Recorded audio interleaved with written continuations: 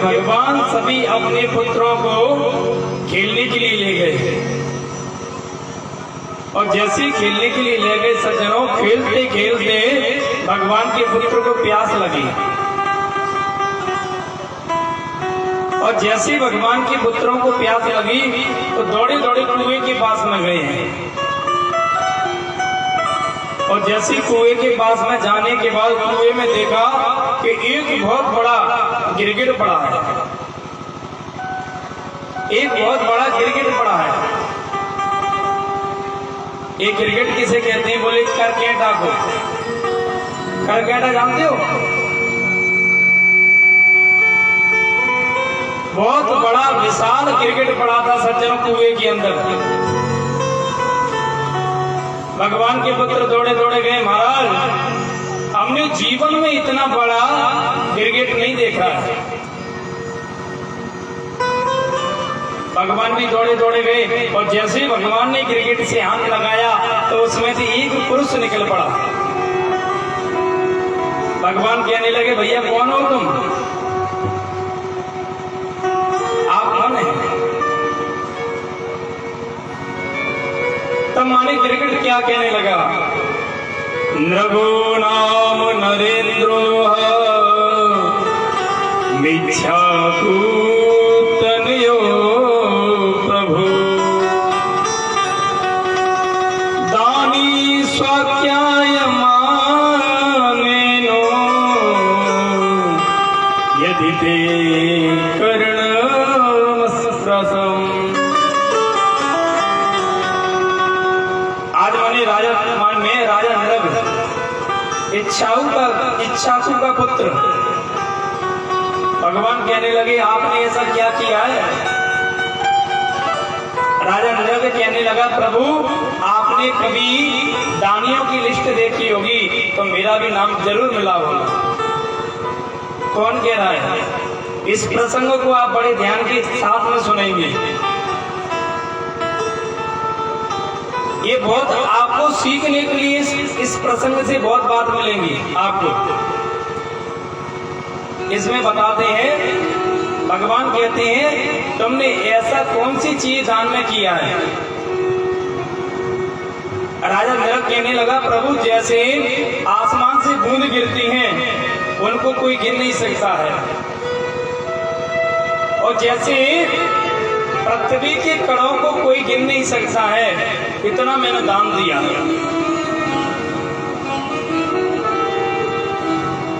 यावसिकता भूपय्यावत्यो दिवतारिक यावत्तो वर्षधारंच तावती रदास्मृत।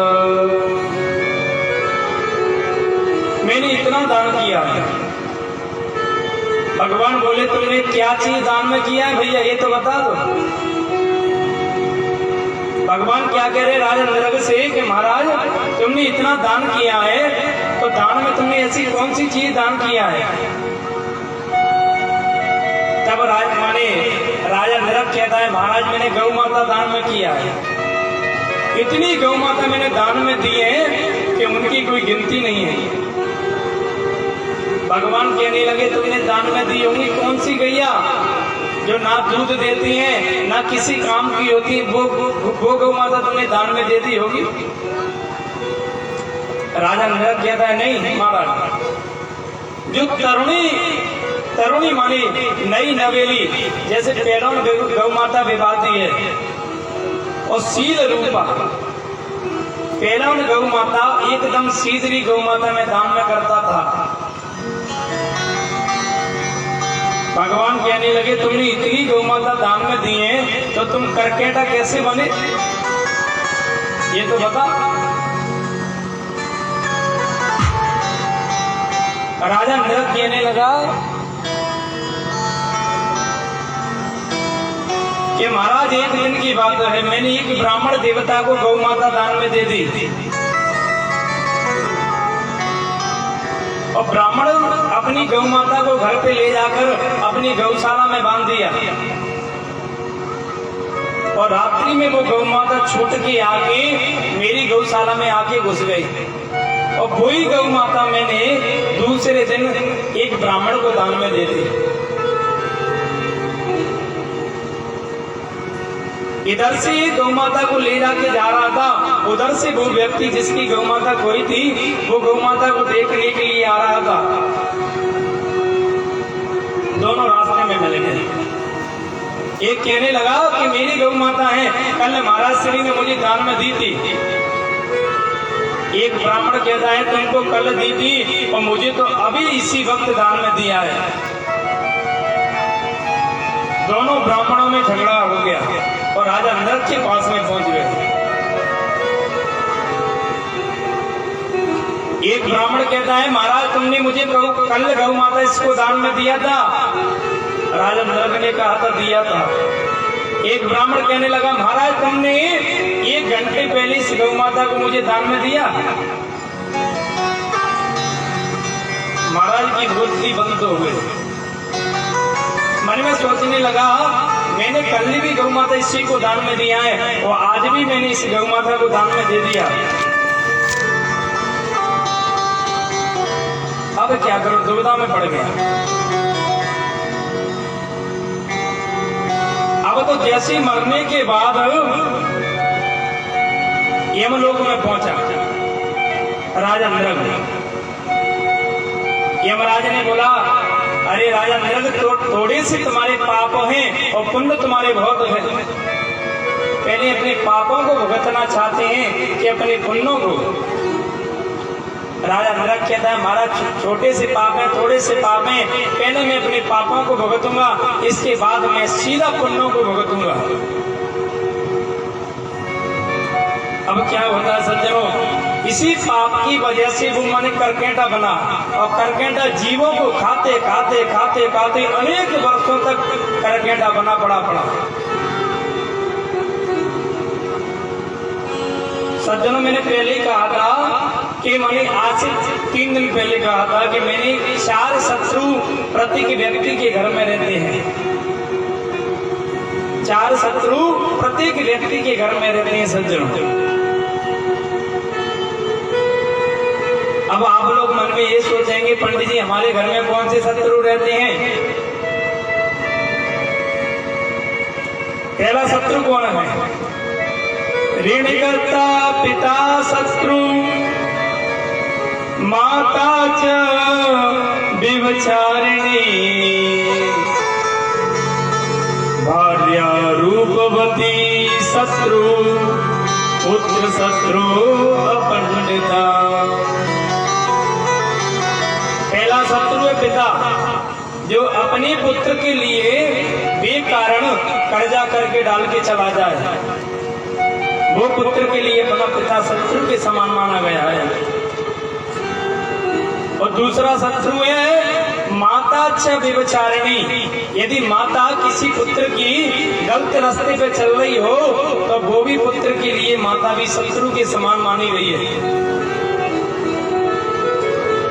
भार्या रूपवती शत्रु, यदि पत्नी ज्यादा सुंदर हो तो भी वो शत्रु के समान मानी गई है सज्जनों। और पुत्र शत्रु अपंडित, यदि पुत्र नालायक हो जाए तो वो शत्रु के समान है सज्जनों। ये 4 शत्रु 24 करते हमारे घर में वास करते हैं। आज भगवान कहते हैं बेटाओ यदि धोखे से भी ब्राह्मण का अपमान कर देता है, ब्राह्मण के धन का हरण कर लेता है, तो विष का पान करने से तो एक ही व्यक्ति मरता है सज्जन। भगवान क्या कह रहे हैं अपने पुत्रों से, जैसे माने कोई जहर पीता है तो एक ही व्यक्ति मरता है, पर ब्राह्मण के धन का जो हरण कर लेता है कुलम सम्मूलनम दहति, भागवत में लिखा है कुल सहित व्यक्ति नष्ट हो जाता है सज्जनों। जो ब्राह्मण के धन का हरण करता है उसका कुल सहित व्यक्ति नष्ट हो जाता है। श्याम भागवत में लिखा है ये नास्ति विषमतारम, माने जैसे विष होता है, विष का पान करने के बाद व्यक्ति एक ही मरता है, पर ब्राह्मण के धन का जो हरण करता है उसके कुलम सम्मूलनम दहति, भागवत में लिखा है। बेटाओं, कभी धोखे से भी ब्राह्मण का अपराध मत करना, ना तो ब्राह्मण के धन का हरण करना। ये सुंदर शिक्षा जाकर भगवान ने अपने पुत्रों को प्रदान करी है सज्जनों। एक कौंटर देश के राजा थे, वो माने भगवान की नकल करते थे कि भगवान के पास माने सुदर्शन चक्र था, ऐसे उसने काट का चक्र बनवा लिया। जो बटन दाबते ऊंचे की तरफ चले जाते, ऐसे गरुड़ बनवा लिया। और पेंसिल की स्याही होती है, ऐसे सारे शरीर को रंग लिया और भगवान के लिए पत्र लिख दिया, हे वासुदेव कृष्ण, अरे तू तो मैंने 2-4 दिन का कन्हैया है, मेरे यदि सच्चे भगवान से मिलना चाहता है तो डर के भाग जा। भगवान ने आगे कौंड्रक राजा का भी उद्धार किया है। एक दिन भगवान ने मन में सोचा कि पांडवों को मैं राष्ट्रीय यज्ञ कर पाऊंगा। बड़ी भाव दे देना भाव सब, मैं पांडवों पे बहुत बड़ी यज्ञ कर पाऊंगा। आज पांडवों से भगवान कहते हैं कि तुमने सभी राजाओं को जीत लिया है क्या?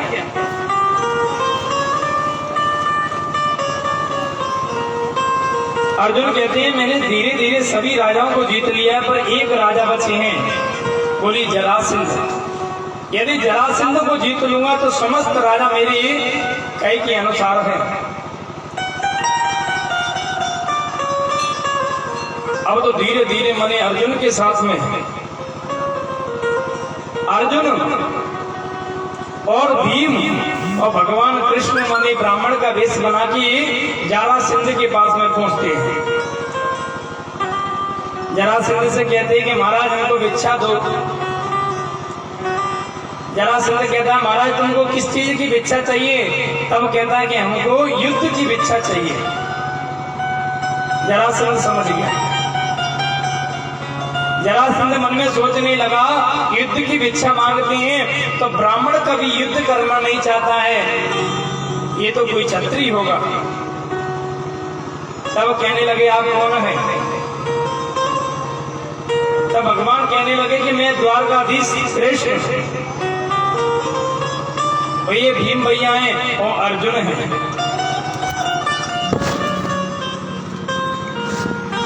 अब तो माने जरासंध कहने लगा महाराज आप तो मेरे डर से माने समुद्र की शरण लिए बैठे हैं, और अर्जुन के साथ में तो युद्ध वैसे भी नहीं करूंगा मैं, अर्जुन मेरे लायक नहीं है। यदि मैं युद्ध करूंगा तो स्वयं भीम के साथ में युद्ध करूंगा। जरासंध का भीम का दोनों का युद्ध छिड़ गया सज्जनों। भीम मारता है फिर दोबारा से जुड़ जाता है, मारता है फिर दोबारा से जुड़ जाता है, क्योंकि जरा नाम की राक्षसी ने उनको जीवित किया था सत्य। क्योंकि जब माने जरासंध का जन्म हुआ तो माता के माने मांस की पिंड निकले दो और जाके माने धूरे पे जाके फेंक दिया। इतने में जरा नाम की राक्षसी आई और जैसे जरा नाम की राक्षसी ने हाथ में लिया और दोनों इससे जुड़ गए तो नाम पड़ गया जरासंध। अब तो भीम भैया घबरा गया, महाराज ये तो मरने में नहीं आता है, मैंने जितनी बार मार दिया है आगे वो जुड़ जाता है, अब मैं क्या करूं? भगवान ने इशारा कर दिया तिकने से कि आप विपरीत दिशा में फेंक दो, और जैसे मैंने भीम ने फाड़ के इधर उधर फेंक दिया तो टेढ़े आके जुड़ गए, तो जुड़ नहीं पाया तो जरासंध का भी प्रणाम हो गया। अब तो सभी को लाने के बाद प्रस्ताव रखा गया कि पहला पूजा किसकी करनी चाहिए। पहले पूजा के अधिकारी कौन है? सहदेव कहने लगे महाराज पहले पूजा का अधिकारी तो भगवान कृष्ण हैं। उसी सभा में बैठा था शिशुपाल सज्जनों। शिशुपाल कहने लगा गवारिया की पूजा, अरे बेजर की रोटी पे मन पोकर का पानी पीने वाला, बेजर की रोटी खाने वाला इस गवारिया की पूजा होगी पहले? सज्जनों, पांडवों के सामने यदि कोई भगवान से गाली देता है तो पांडव कभी बर्दाश्त नहीं कर सकते हैं। अर्जुन ने गांडी उठा लिया, मेरे भगवान से गाली देने वाले शिशुपाल को मैं जीवित नहीं छोड़ूंगा।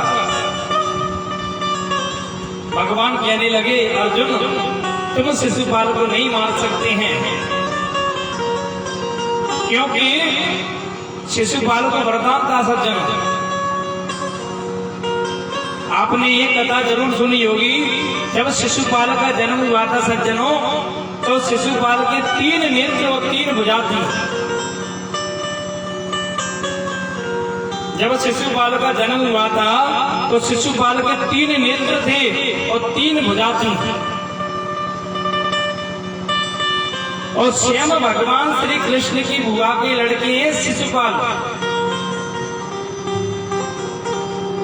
अब तो मानो भगवान की बुआ रोने लगी, ऐसा कैसा बालक जिनके 3 हाथ 3 नेत्र हो।